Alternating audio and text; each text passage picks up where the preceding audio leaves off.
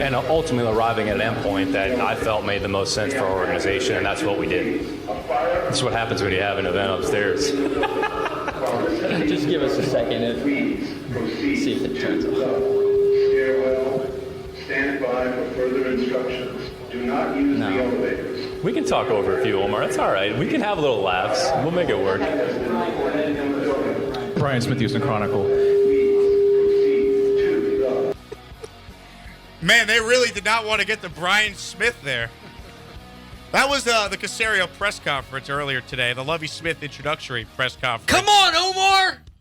Fix it! Listen, Omar and the PR staff for the Texans, they do a really good job. I think what happened, and Cody, you had this theory earlier, something was going on probably in like the lower bowls of the stadium. They're setting up for the rodeo, and I don't know, someone hit the fire alarm. Maybe it was Deshaun Watson. Maybe it was Roger Goodell. I tend to lean with it was something to do with the fact the rodeo's starting up in a couple weeks, and they're getting ready for that. And then everyone involved in the whole press conference, from Caserio and Lovie Smith sitting up there to the video people to the PR people that organized this, the fire alarm goes off, and the owner of the franchise is sitting there in the front row, and he's just like, all right, this is what we got. I'd be pissed if I was Cal. I'd be like, this is supposed to be our day to introduce a head coach that we feel good about. And then all of a sudden, everyone's making the same joke. Oh, the fire alarm's going off. Was it because they were asked questions about Brian Flores? How poetic justice. The Texans, the disgrace of a franchise, having a fire alarm go off in the middle of their press conference. Like, the jokes write themselves, unfortunately. Yeah. And they haven't earned the benefit of the doubt to not be the butt of the joke, so to speak. But that's why you hope Lovie Smith, now being this head coach here, you hope that he could change things and they win games. Because if you want to stop being the butt of the jokes, win football games. The Bengals were the biggest joke in the NFL for years, and now they're in the Super Bowl. No one's making any jokes anymore. What do you do when a fire alarm goes off? Stop, drop, and roll? No, that's when you're on fire, pal. You panic. What did the Texans do last week during their coaching search? They panicked and settled on Lovie Smith. To be fair, it all feels pretty fitting, gentlemen. They did not panic when the fire alarm came on today. Maybe they're getting better. Yeah. Already improved. Yeah. Already working on it. Already getting better. They'd used all their panics over the weekend. They had settled on Lovie Smith as their head coach. Little Texans breaking news. Not huge news, but news. George Warhop is the new Texans offensive line coach, according to Aaron Wilson. Assistant offensive line coach Hal Hunter going to join the organization as well, also according to Aaron Wilson. Warhop previously with the Jacksonville Jaguars for the past few seasons. They have not been great on the offensive line the past few seasons. Warhop also worked with Lovie Smith in Tampa when Lovie was the head coach of the Buccaneers for a couple of seasons. Warhop was the offensive line coach in Tampa as well. So someone familiar with Lovie Smith showing up in the offensive room for the Texans. Just doing some quick Wikipedia research on George Warhop. He's been an offensive line coach in the NFL since 1996. Golly! Been at a bunch of different places over the course of his career. Also spent a little more than a decade before that as a college offensive line coach, starting his career at Kansas. You want to get those Kansas guys, those Kansas football guys in your program. That'll make things work. But this guy, quick look at his resume. He's been doing this for a long, long time, and he's been an offensive line coach everywhere he's been. So got a lot of experience. Hopefully he can find a way to improve this group next season. One of the big takeaways from the press conference was the fact that Pep Hamilton, of course, is going to be back on this team's coaching staff. And like, if the Texans are going to run it back with Lovie Smith, it would make sense to have continuity on the coaching staff at the offensive coordinator position. So Pep was the passing game coordinator a year ago and the quarterback's coach. He's now the play caller. He's been promoted to the OC role. Hamilton was made available to the media, and this was Pep Hamilton talking about Davis Mills and what he's capable of. I feel like the arrow's up on Davis, and I think we have a lot of work to do nevertheless. I think it was important that he had the experiences, both good and bad, that he accrued this past season. But, we have something to build on. You can't teach experience, and I often tell Davis, scars are reminders. We got a lot that we can go back and study and really dissect and really formulate a plan moving forward that's going to help him both fundamentally and as far as his understanding of NFL defenses so that we can go out and play winning football next year. Pep's a really impressive dude. Just getting a chance to talk to him briefly before the press conference starts.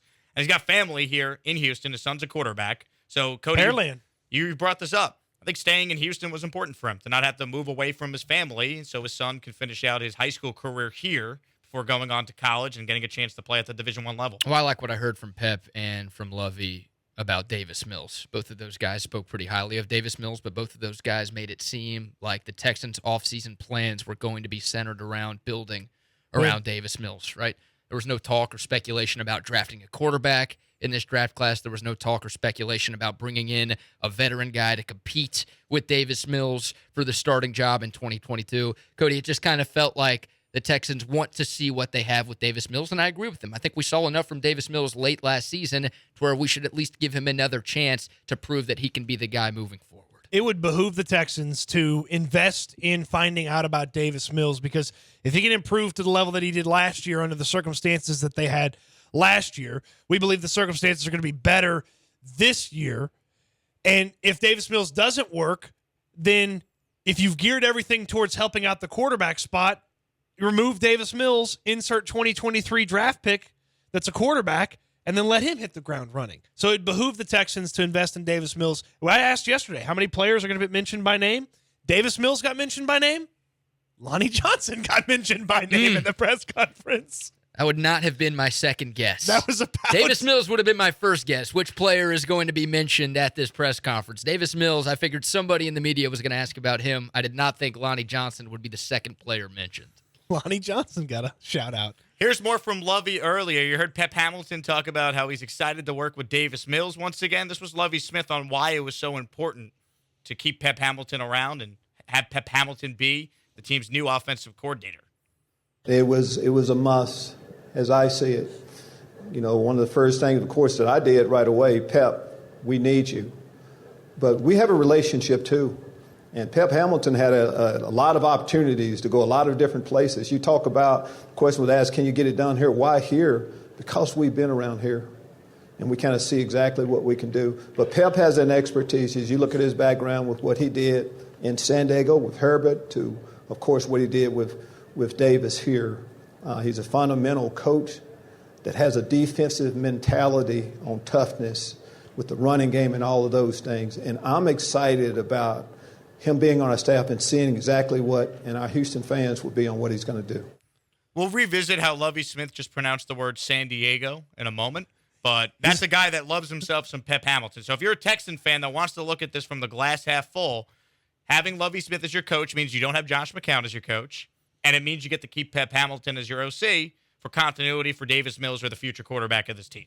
So I think if you're a Texan fan that wants to be optimistic, you can be optimistic about what you just heard there about why Lovie Smith felt like it was really important to keep Davis Mills and obviously keep Pep Hamilton coaching up Davis Mills. I wasn't paying enough attention. Did he Ron Burgundy, San Diego there? Is that what happened? He had his own spin on the word. Okay. He didn't try to translate it for us, did he? He also still believes the Chargers are in San Diego, apparently. That was the other thing I was a mistake that we've all made for a while since they moved to L.A. Guys who have been around the game for as long as Lovie's been around the game, I don't fault him. He knows them as the San Diego Chargers. Yep. You're going to have people referring to the Washington team as the Washington football team now. Some people will call it the Commanders, and some people are still going to say the R words like they used to. Dude, my dad and some of his buddies still call the Angels the California Angels. Like, for some people, it just doesn't go away. It's like whatever you grew up calling them, that's what you're going to call them. Let's go to the phones now. 713-780-ESPN is the number. Bobby and Katie starts us off today. Bobby, have you been on hold for 24 hours because we couldn't squeeze you in last night to wrap up the show? Yeah, I've literally been on hold for over 24 hours. No, so the fire alarm went off because they're a dumpster fire. That's pretty much it. But they're my dumpster fire, and I was stoked after the press conference. But that's not where I was going. So first there was Granado with Cody. Now, yesterday, Jeremy leads off crosstalk with what's the best breakfast food. Come on, man, with Cody. Texans said Cody might end up jacking up someone by the end of the year.